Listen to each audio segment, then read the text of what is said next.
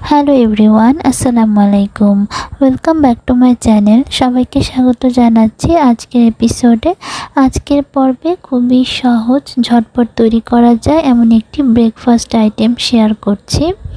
আজকে শেয়ার করছি French toast তৈরির একটি রেসিপি।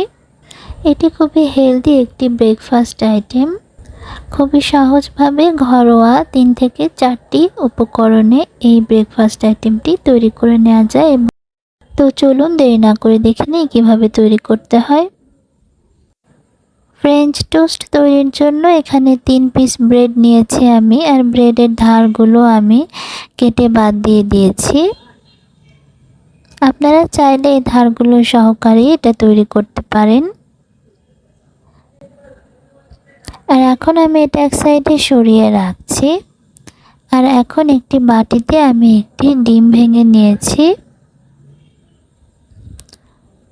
আর এই ডিমের মধ্যে আমি দিয়ে দিচ্ছি 1/4 কাপ পরিমাণ লিকুইড দুধ। এটা আগে থেকে জাল করে নেওয়া ঠান্ডা দুধ। আপনারা চাইলে এখানে 2 টেবিল চামচ গুঁড়া দুধ 1/4 কাপ কুসুম গরম পানির মধ্যে গুলিয়েও এখানে অ্যাড করতে পারবেন। এখন দিয়ে দিচ্ছি 2 চা চামচ চিনি এবং 2 চা চামচ গুঁড়া দুধ। এরপর একটি হ্যান্ড হুইস্কের সাহায্যে খুব ভালোভাবে উপকরণগুলো মিশিয়ে নিচ্ছি। আপনারা চাইলে মিষ্টির ব্যালেন্সের জন্য এখানে 1 চিমটি পরিমাণ লবণও দিতে পারেন। তো আমি এই উপকরণগুলো ভালোভাবে ফেটে নিয়েছি। এখন প্রত্যেক পিস পাউরুটির উপরে আমি এই মিশ্রণটা চামচের সাহায্যে দিয়ে দিচ্ছি।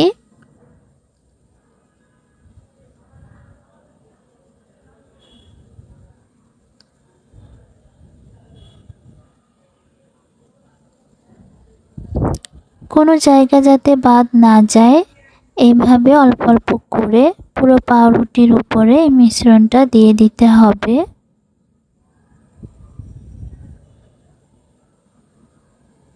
আমি সাইড দিয়েও ভালোভাবে লাগিয়ে দিচ্ছি।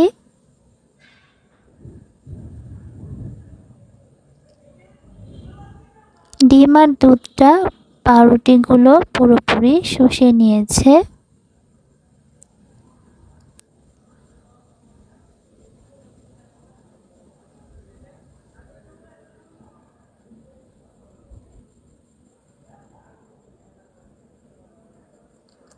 এখন আমি এটা ভেজে নিব। আর এর জন্য চুলায় একটি ননস্টিক প্যান আমি বসিয়ে দিয়েছি। আর তার মধ্যে আমি 1 টেবিল চামচ ঘি দিয়ে দিয়েছি। আপনারা চাইলে এখানে বাটারও ইউজ করতে পারেন। আবার ঘি বা বাটার না থাকলে 1 টেবিল চামচ সয়াবিন তেল দিয়েও ভেজে নিতে পারবেন। আর এরপর আমি এই পাউরুটিগুলো দিয়ে দিয়েছি। এখন চুলার একদম লো হিটে উল্টে পাল্টে এই পাউরুটিগুলো ভেজে নিতে হবে। এক পাশ ব্রাউন কালার হয়ে এসেছে, আমি উল্টে দিয়েছি।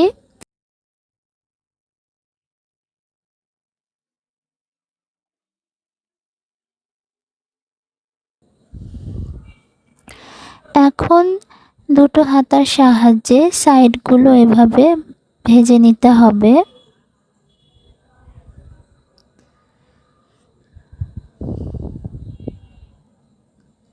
ভাজা হয়ে গেলে আমি একটি প্লেটে সার্ভ করে নিচ্ছি। তো তৈরি হয়ে গেল ভীষণ মজাদার ফ্রেঞ্চ টোস্ট। এই টোস্টটা কিন্তু ভেতর থেকে খুবই সফট এবং জুসি হয়। একবার তৈরি করে খেলেই বুঝতে পারবেন এটা আসলে কতটা ইয়াম্মি এবং ডিলিশিয়াস হয়ে থাকে।